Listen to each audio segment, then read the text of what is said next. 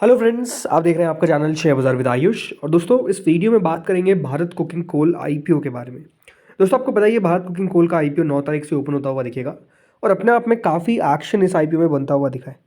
मतलब एक समय पे दोस्तों इस आईपीओ की जो जीएमपी थी वो 70% के पार चली गई थी, लेकिन अब गिर गिर कर मतलब ऑलमोस्ट 20-25% की गिरावट हमको देखने को मिल चुकी है जीएमपी में, और लगभग 45-50% के बीच में कारोबार करती हुई देखने को मिल रही है।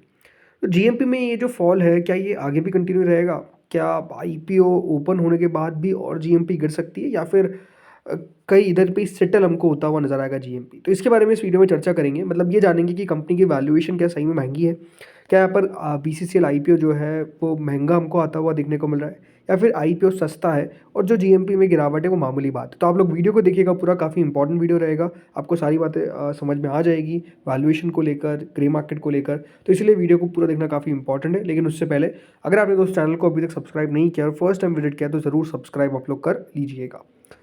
दोस्तों, भारत कुकिंग कोल आपको पता ही है, ओपन जैसा मैंने कहा 9 से 13 के बीच में होगा। कंपनी ने याद रखिएगा प्राइस बैंड रखा है 23 रुपीज़ पर शेयर का, यानी आपको एक शेयर जो है वो 23 रुपये का मिल रहा है। कुल मिलाकर 600 शेयर याद रखिएगा आपको मिलते हुए नजर आएंगे एक लॉट के अंदर। अब जब भी देखिए कोई आईपीओ आएगा तो पहले तो वही देखा जाता है कि कंपनी को पैसों की ज़रूरत है या नहीं, राइट? क्योंकि फ्रेश इशू जब भी दोस्तों कंपनी आता है तो ऐसा कहा जाता है कि चलो फ्रेश इशू, इसका मतलब ये है कि कंपनी हो सकता है कि वैल्यूएशन सही रखे। और जब ओएफएस आता है पूरा का पूरा, तो माना जाता है कि ओएफएस आ रहा है मतलब कंपनी के जो प्रमोटर्स है वो अपना हिस्सा बेच रहे हैं। अब कोई भी चाहेगा कि अपना हिस्सा जो है वो अच्छे दाम पर बेचा जाए, राइट? ये अपने आप में एक कॉन्सेप्ट बनता है। बट आपको पता है कि दोस्तों 2025 के अंदर भी काफ़ी ऐसे ओएफएस थे वो बढ़िया थे। अब ये आईपीओ भी दोस्तों एक पूरा का पूरा ओएफएस, यानी कोई भी फ्रेश इशू जो है वो हमको आता हुआ नहीं दिख रहा है। सारा का सारा पैसा याद रखिएगा कहाँ जाएगा, जो कंपनी में अपना हिस्सा बेच रहा है, यानी खुद कंपनी के प्रमोटर्स, उनके पास जाता हुआ देखने को मिलेगा। और याद रखिएगा इसका प्रमोटर कोल इंडिया है, तो उसके पास पैसा जाता हुआ देखने को मिलेगा, राइट?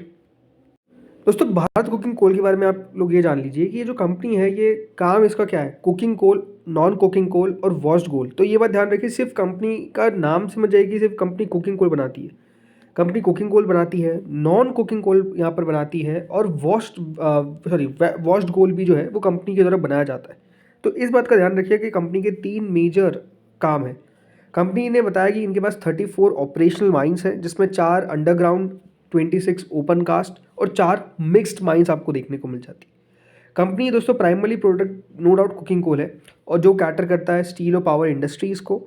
1 अप्रैल 2024 के हिसाब से कंपनी ने बताया था कि इनका जो एस्टिमेटेड कुकिंग कोल रिजर्व है वो लगभग 7,900 मिलियन टन के आसपास आपको देखने को मिल जाता है। और बीसीसीएल करीबन 58.5% of the domestic cooking coal production, याद रखिएगा, एकमात्र अकेला करता है।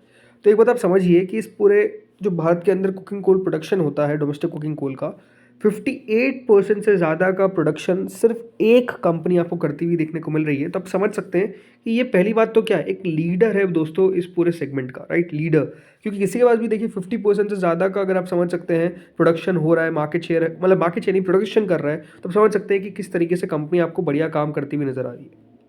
दोस्तों, कंपनी याद रखिएगा ऑपरेट करती है जिस तरीके से उनका ओपन कास्ट और अंडरग्राउंड माइनिंग प्रोजेक्ट्स है, तो इसमें कंपनी का ऑपरेशन दोस्तों होता है through the washery developer and operator model, मतलब WDO मॉडल इसको कहा जाता है।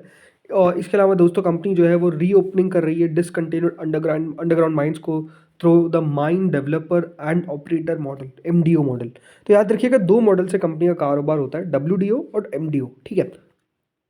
इसलिए कंपनी की कॉम्पिटिटिव स्ट्रेंथ क्या है? कॉम्पिटिटिव स्ट्रेंथ तो पहली तो यही है ना कि कंपनी, याद रखिए, लार्जेस्ट कुकिंग कोल प्रोड्यूसर है इंडिया के अंदर, और इनका जो एक्सेस है वो लार्ज रिजर्व्स पे है। मतलब कंपनी के पास झारखंड, वेस्ट बंगाल, राइट, इन जगह पे माइंस है। अब ये बात अपने आप में याद रखिएगा कंपनी के लिए पॉजिटिव है कि यहाँ से लगातार कंपनी का जो प्रोडक्शन है वो बढ़िया होता हुआ देखने को मिल रहा है। अब यही हमेशा एक बात ध्यान रखें, नेगेटिव भी हो जाता है कि मान लीजिए जो यहाँ का जो कोल है वो खत्म हो जाता है, तो फिर वो अपने आप में प्रॉब्लम हो जाती है। बट ऐसा नहीं कि कोल इतने जल्दी खत्म हो जाता है, उसमें समय लगता है। बट हमेशा एक बात ध्यान रखिए कि ये डिप्लीशन तो होता ही है इनका, राइट? ऐसा नहीं है कि ये आपको सदियों तक चलते हुए देखने को मिलेंगे, ये बात भी नहीं। दूसरी बात, स्ट्रैटेजिकली लोकेटेड माइंस है। जैसा मैंने आपको कहा कि कंपनी की जो लोकेशन है वो भी अपने आप में बढ़िया है, राइट? यहाँ पर जहाँ पे सबसे ज़्यादा, याद रखिएगा, प्रोडक्शन होता है वहाँ पर कंपनी के पास माइंस है। तीसरी चीज़, वेल पोजीशनड है ताकि कैपिटलाइज कर सके भारत के कुकिंग कोल डिमांड को, राइट? अपने आप में समझ सकते हैं कि काफ़ी ज़्यादा डिमांड है। प्लस पेरेंटेज स्ट्रॉन्ग है coal India, no doubt in it. और इसके अलावा ट्रैक रिकॉर्ड है ग्रोथ का एंड फाइनेंशियल परफॉर्मेंस का। तो अब आते हैं सीधा फिनेंशियल्स पे। अगर आप दोस्तों कंपनी के नंबर्स को देखेंगे तो आपको साफ नजर आएगा कि कंपनी की रेवेन्यू ग्रोथ भी हमको ठीक ठाक देखने को मिली है। ऐसा भी नहीं है कि कंपनी की बहुत तोड़फोड़ ग्रोथ हुई है। अब जैसे कि आप रेवेन्यू देखेंगे ना FY23 तो वो 13,000 करोड़ के आसपास का था, फिर उसके अगले साल 14,652 करोड़ का हुआ, और फिर दोस्तों कंपनी का रेवेन्यू जो है याद रखिएगा हमको डिक्लाइन करता हुआ देखने को मिला है। जी हाँ, कम होता हुआ देखने को मिला है, बड़ा नहीं है। कंपनी का जो रेवेन्यू है वो 14,401 करोड़ पर आ गया, जो पहले दोस्तों लगभग 14,652 करोड़ था। तो याद रखिएगा FY24 से 25 के बीच में कंपनी का जो रेवेन्यू है वो डिक्लाइन हुआ है। प्रॉफिटेबिलिटी पे आते हैं, कितना प्रॉफिट है कंपनी का। अगर आप प्रॉफिट देखेंगे तो दोस्तों FY23 में 664 करोड़ का था, फिर 1564 करोड़ का हुआ, फिर 1240 करोड़ का। मतलब यहाँ पर भी जैसे रेवेन्यू कंपनी का डिक्लाइन हुआ, प्रॉफिटेबिलिटी में भी याद रखिएगा आपको कमी देखने को मिली। कंपनी का मुनाफा भी याद रखिएगा घटता हुआ देखने को मिला है। अभी कंपनी ने दोस्तों 30 सितंबर तक के अपने नंबर्स रिपोर्ट करें, जिसमें कंपनी ने 6,311 करोड़ के आसपास का रेवेन्यू रिपोर्ट किया with a profit of close to 123 crore. तो ये बात ध्यान रखिएगा, ये जो नंबर्स है ये भी थोड़े से वीक हमको देखने को मिलते हैं। रीजन बिंग कि कंपनी का मुनाफा सिर्फ 123 करोड़ याद रखिएगा हो पाया है 2 क्वार्टर्स के अंदर, राइट। अब जब कंपनी के थर्ड क्वार्टर के नंबर्स निकल कर आएंगे तो वो अपने आप में इंपॉर्टेंट तो रहेंगे ही, बट 2 क्वार्टर्स में कंपनी का मुनाफा सिर्फ अगर 123 करोड़ होता हुआ दिख रहा है तो वो थोड़ी सी चिंता की बात है।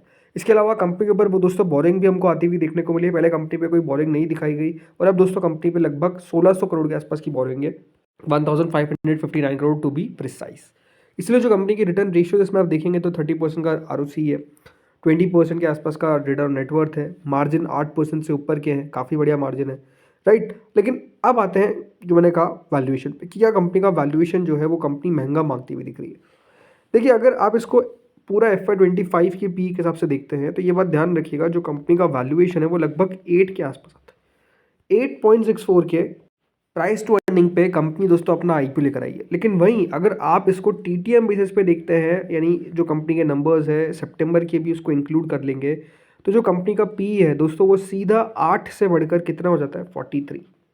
अब ये बात ध्यान रखिए कि जो कंपनी के नंबर्स देखने को मिले, जैसा मैंने कहा ये 2 क्वार्टर्स के, वो अपने आप में दोस्तों थोड़े से वीक ज़रूर थे। ये अपने आप में याद रखिएगा एक नेगेटिव तौर पे काम कर सकता है फैक्टर। बट ओवरऑल अगर आप ओवरऑल देखते तो हाँ, कंपनी 8-9 की पी पे याद रखिएगा अपना IPO लेकर आई है। ये बात आप समझ सकते हैं कि 10,711 करोड़ का वैल्यूएशन है। अब इसके जो 2 पीयर्स है उसमें आपको 2 नाम देखने को मिलेंगे। एक तो है दोस्तों वॉरियर मेट कोल, और दूसरा है अल्फा मेटालर्जिकल, राइट। अब ये बात ध्यान रखिएगा, ये जो दोनों कंपनीज है ये आपको NYSE पे लिस्टेड देखने को मिलती है। तो NYSE याद रखिएगा न्यूयॉर्क स्टॉक एक्सचेंज से इसको कंपेयर किया जा रहा है, बिकॉज भारत में कोई एग्जैक्ट पीयर नहीं है। रेवेन्यू वाइज अगर आप देखेंगे तो इसका BCCL का रेवेन्यू है लगभग 13,802 करोड़ का, वॉरियर मेट कोल का है 13,058 करोड़ का, तो जो अल्फा मेटलर्जिकल का रेवेन्यू है वो है 25,000 करोड़ का। तो रेवेन्यू वाइज 25,000 करोड़ दोस्तों अल्फा मेटलर्जिकल का सबसे ज़्यादा है, अल्फा का सबसे ज़्यादा है। प्राइस टर्निंग आप देखिए, अब क्योंकि देखिए 43 का पी यहाँ पर देखा गया है, बट अगेन इसको आप देखा तो अभी 8-9 के हिसाब से कंपेयर करिए। वॉरियर मेट कोल ट्रेड करता है 19 के पी पे, अल्फा मेटलर्जिकल ट्रेड करता है 15 के पी पे। यानी बात क्या है कि अगर आप वैल्यूएशन के हिसाब से देखते तो इन कंपनीज को जो वैल्यूएशन है वो 15 से 20 के आसपास का मिलता हुआ देखने को मिला है। रिटर्न ऑन नेटवर्थ अगर आप देखेंगे तो आपको बेस्ट देखने को मिलेगा BCCL का, जो लगभग 20.83% का है। एक का तो देखिए 12.82% का ही, तो एक का 11.48% का है, राइट। प्राइस टू बुक अगर आप देखेंगे तो 1.64 का आपको देखने को मिलेगा BCCL का, वॉरियर का लगभग 1.96, तो अल्फा का 1.29, यानी इसमें सबसे सस्ता प्राइस टू बुक तो इसका ही है। इसके अलावा अगर आप बाकी सब देखेंगे तो छोड़ देते हैं। करंट रेशियो 1.19 जो है वो BCCL का है, 3.95 याद रखिएगा अल्फा का है, और वॉरियर का 4.13 है। तो अपने आप में आप समझ सकते हैं कि BCCL का करंट रेशियो सबसे ज़्यादा आपको अच्छा देखने को मिलता है, राइट। तो बात क्या है कि देखिए वैल्यूएशन के हिसाब से मुझे ऐसा नहीं लगा कि देखिए कंपनी बहुत महंगा अपना IPO लेकर आई है, बट ऐसा भी नहीं है कि दोस्तों ये जो IPO है वो लिस्टिंग पे आपको डबल होता हुआ देखने को मिल जाएगा। इस प्रकार की पॉसिबिलिटी कम है। डिपेंड करेगा कि हाँ किस तरीके का पैसा निकल कर आता है इस IPO के अंदर।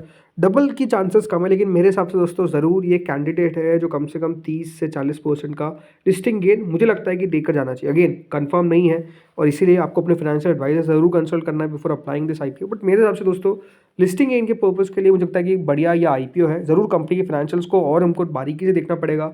जब कंपनी के तीसरे तिमाही के नतीजे निकल कर आएंगे, वहाँ पर कंपनी का मैनेजमेंट क्या कह रहा है उसको देखना होगा। इसीलिए आई थिंक वो अपने आप में इंपॉर्टेंट पॉइंट रहेगा। सो आई थिंक वो बात है। बाकी मेरे हिसाब से लिस्टिंग गेन तो देखा जाना चाहिए। हाँ, ये नहीं है कि ये 60, 70, 80%, 90% ऊपर लिस्ट होने का कैंडिडेट है, ऐसा भी मुझे लगता नहीं है कि उतना ऊपर खुल जाएगा। तो दोस्तों इस वीडियो में तो इतना ही था। होपफुली आपको वीडियो बढ़िया लगा होगा। अगर अच्छा लगा तो लाइक कर देना। काफ़ी देखिए अपडेट्स आने वाले हैं इस IPO को लेकर। कल याद रखिएगा कंपनी की एंकर बुक निकल कर आएगी, तो उसके बारे में भी आपके साथ मैं शेयर करूँगा कि एंकर बुक किस प्रकार की आएगी। तो आप लोग बस चैनल के साथ जुड़ रही है। इस वीडियो में इतना ही था। होपफुली आपको वीडियो बढ़िया लगा होगा। Thank you friends watching this video.